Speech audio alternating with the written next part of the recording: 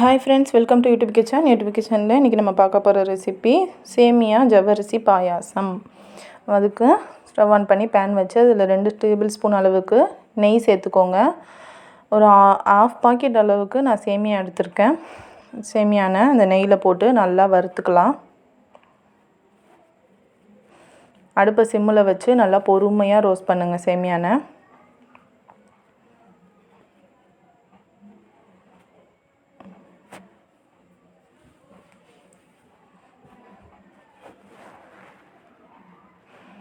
கடையில் வாங்குறது என்னதான் வறுத்த சேமியான்னு போட்டிருந்தாலும் நம்ம அதை திரும்ப நெய்யில் வறுத்து போட்டோம்னா பாயாசம் நல்லா ஒத்தவத்தையாக சூப்பராக வரும்.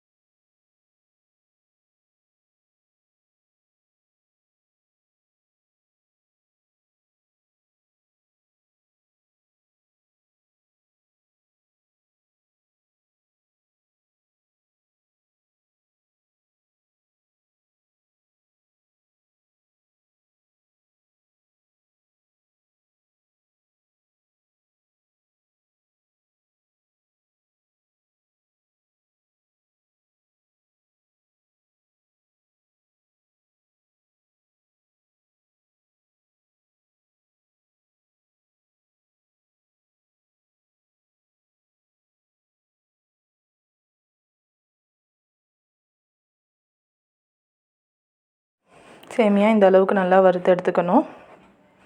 இப்போ இது ஒரு பிளேட்டில் ட்ரான்ஸ்ஃபர் பண்ணிவிட்டு அதே பேனில் நான் ஒரு 50 கிராம் அளவுக்கு ஜவ்வரிசி சேர்த்துருக்கேன். ஜவ்வரிசியை லைட்டாக வறுத்துக்கோங்க. வறுத்துட்டு அதில் ஒரு 2 கப் அளவுக்கு தண்ணி சேர்த்து ஜவ்வரிசியாக ஒரு 10லேருந்து 15 நிமிஷம் வேக வச்சுக்கணும்.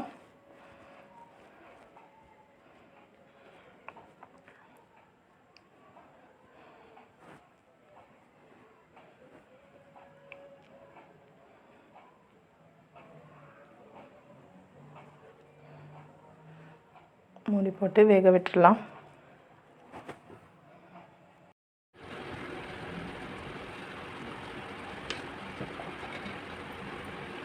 பதினஞ்சு நிமிஷம் கழித்து ஜவ்வரிசி நல்லா வெந்து வந்திருக்கு. இப்போ இதில் ஒரு 1/2 லிட்டர் அளவுக்கு பால் சேர்த்துக்கலாம்.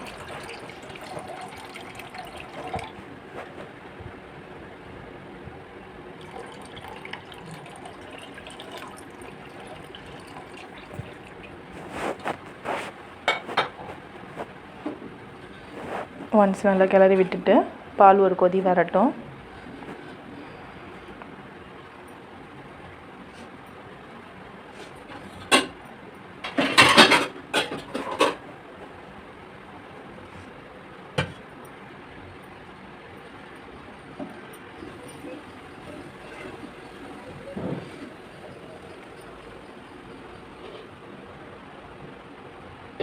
பால் கொதிக்குது. இந்த சமயத்தில் நம்ம நெய்யில் வறுத்து வச்ச சேமியாவை பாலில் சேர்த்துக்கலாம்.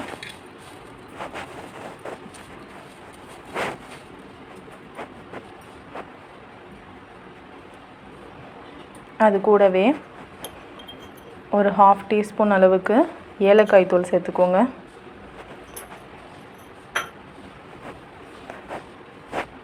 ஒன்ஸ் நல்லா மிக்ஸ் பண்ணி விட்டுட்டு சேமியாவை வேக விடலாம். சேமியா பால்லே நல்லா கொதித்து வேகணும். அப்போ தான் நல்லா டேஸ்ட்டாக இருக்கும்.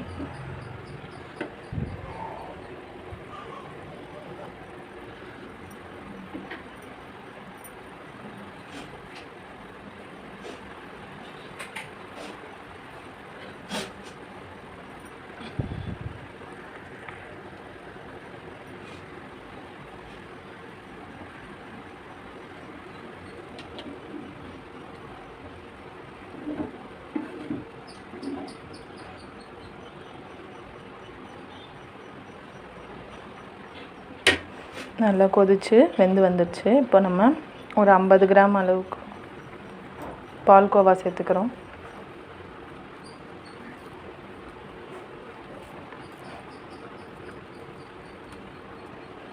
ஸ்வீட் பால்கோவா தான் சேர்த்துக்கிறேன். 50 கிராம் அளவுக்கு ஸ்வீட் பால்கோவா சேர்த்துக்கிறேன்.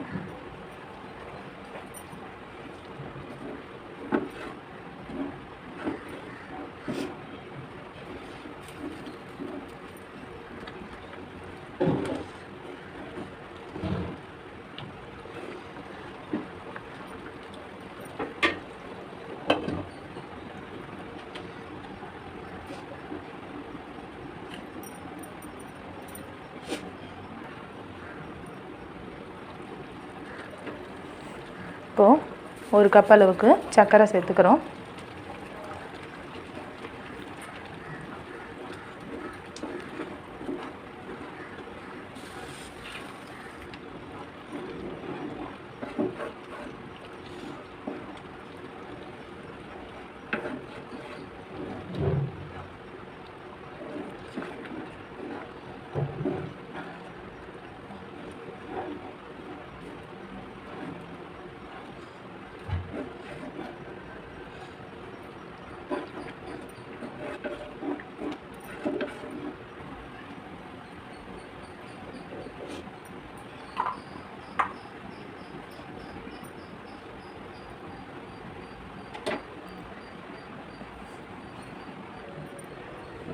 நல்லா மூடி போட்டு ஒரு 5 நிமிஷம் வேக வச்சாச்சு. சேமியா இப்போ நல்லா வெந்து இந்த பால்லாம் நல்லா வெந்து கேரமல் மாதிரி வெந்ததுக்கு இப்போது இது ஒரு பக்கம் வச்சுட்டு பேன் வச்சு ஒரு 5 டீஸ்பூன் அளவுக்கு நெய் சேர்த்துக்கோங்க. பேனில்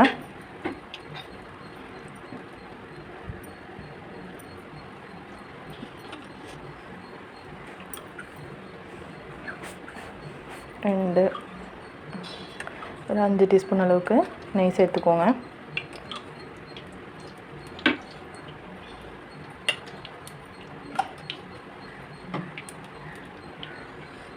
முந்திரி பருப்பு, பாதாம் ஊற வச்சு தோல் உரித்து வச்சுருக்கேன்.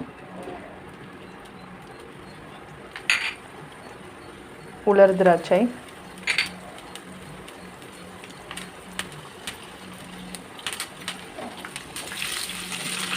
இதெல்லாம் நல்லா கீயில் நல்லா ஃப்ரை ஆகட்டும். நல்லா பொரிஞ்சு வந்துடுச்சு. இப்போ இதை எடுத்து பாயாசத்தோடு நம்ம சேர்த்துக்கலாம். சேர்த்துக்கிட்டு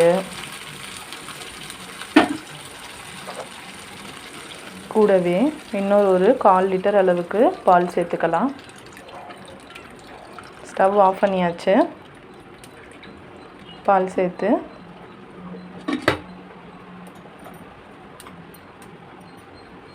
கிளறி விட்டுட்டு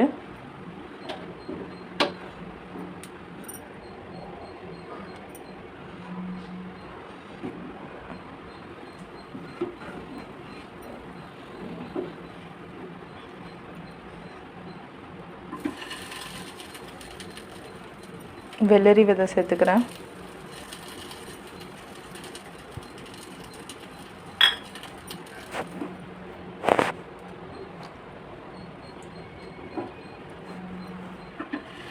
அவ்வளோதான், சூப்பராக சேமியா பாயாசம் ரெடி ஆயிடுச்சு. வாங்க சர்வ் பண்ணலாம். நீங்களும் இதே மாதிரி வீட்டில் ட்ரை பண்ணி பார்த்துட்டு எப்படி இருந்துச்சுன்னு கமெண்ட் பண்ணுங்கள்.